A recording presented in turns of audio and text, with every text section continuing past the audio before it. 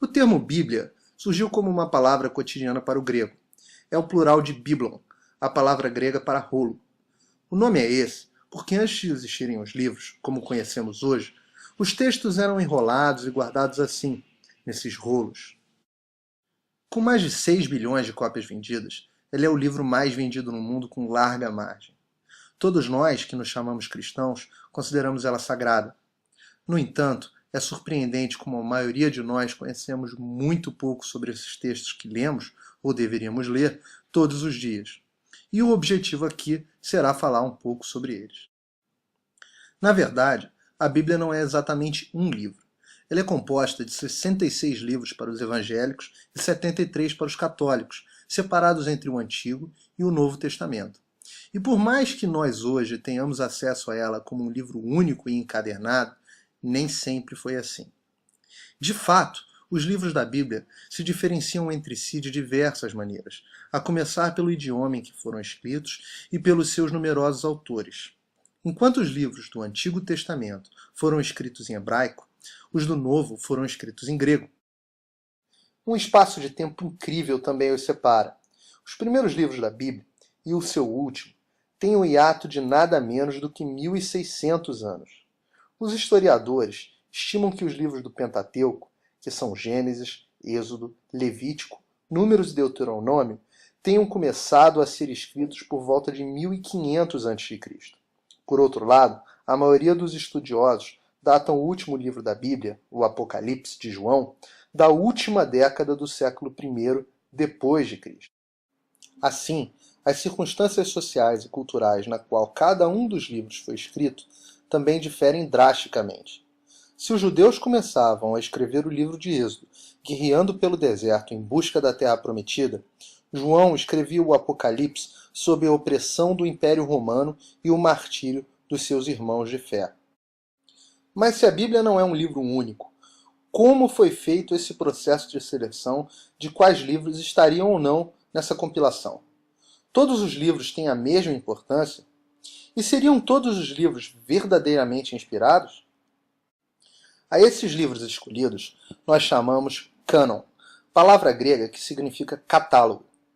É muito interessante pensar que os cristãos da igreja primitiva não tinham definido quais textos eram considerados sagrados ou não. Em uma era sem imprensa e sem comunicação, os livros todos eram copiados à mão e nem todas as igrejas tinham cópias de todos os livros. Além disso, as igrejas e seus líderes tinham as opiniões distintas sobre quais destes livros deveriam ou não serem considerados sagrados. Essa definição demorou mais de 200 anos após a morte de Jesus. Para se ter uma ideia, livros que hoje consideramos sagrados, como o Apocalipse de João, Judas, Tiago, 2 Pedro, 2 e 3 João, já estiveram fora de alguns cânones da antiguidade. Por outro lado, livros que hoje estão fora da nossa Bíblia e são pouco conhecidos pela maioria dos cristãos, já fizeram parte dos livros considerados inspirados pelos nossos irmãos da igreja primitiva. Muitos crentes do século III leram com afinco e fé textos como O Pastor de Hermas e as epístolas de Policarpo, Inácio e Clemente. O primeiro registro histórico do cânon, idêntico ao que os evangélicos reconhecem hoje como inspirado, só data do ano de 367 d.C., numa epístola do bispo Atanásio de Alexandria. Por incrível que pareça, ainda hoje cristãos do mundo inteiro divergem sobre o seu cânon. A principal e mais famosa dessas divergências é entre os protestantes e os católicos. A disputa limita-se praticamente ao Antigo Testamento, e os católicos incluem na sua Bíblia 7 livros a mais: Tobias, Judite, 1 Macabeus, 2 Macabeus, Sabedoria, Eclesiástico e Baruque, além de pequenos acréscimos aos livros de Salmos e Daniel. Mas as diferenças nas Bíblias de cristãos pelo mundo não limitam-se ao Antigo Testamento. A Bíblia da Igreja Ortodoxa da Etiópia inclui, por exemplo, além do livro de Enoque, o já mencionado Pastor de Hermas. Já a Igreja Ortodoxa Síria desconsidera o nosso Apocalipse de João. As igrejas etíopes e sírias parecem uma realidade distante de nós. Mas por muito pouco, a Bíblia dos Evangélicos não ficou sem os livros de Hebreus, Tiago, Judas e o Apocalipse.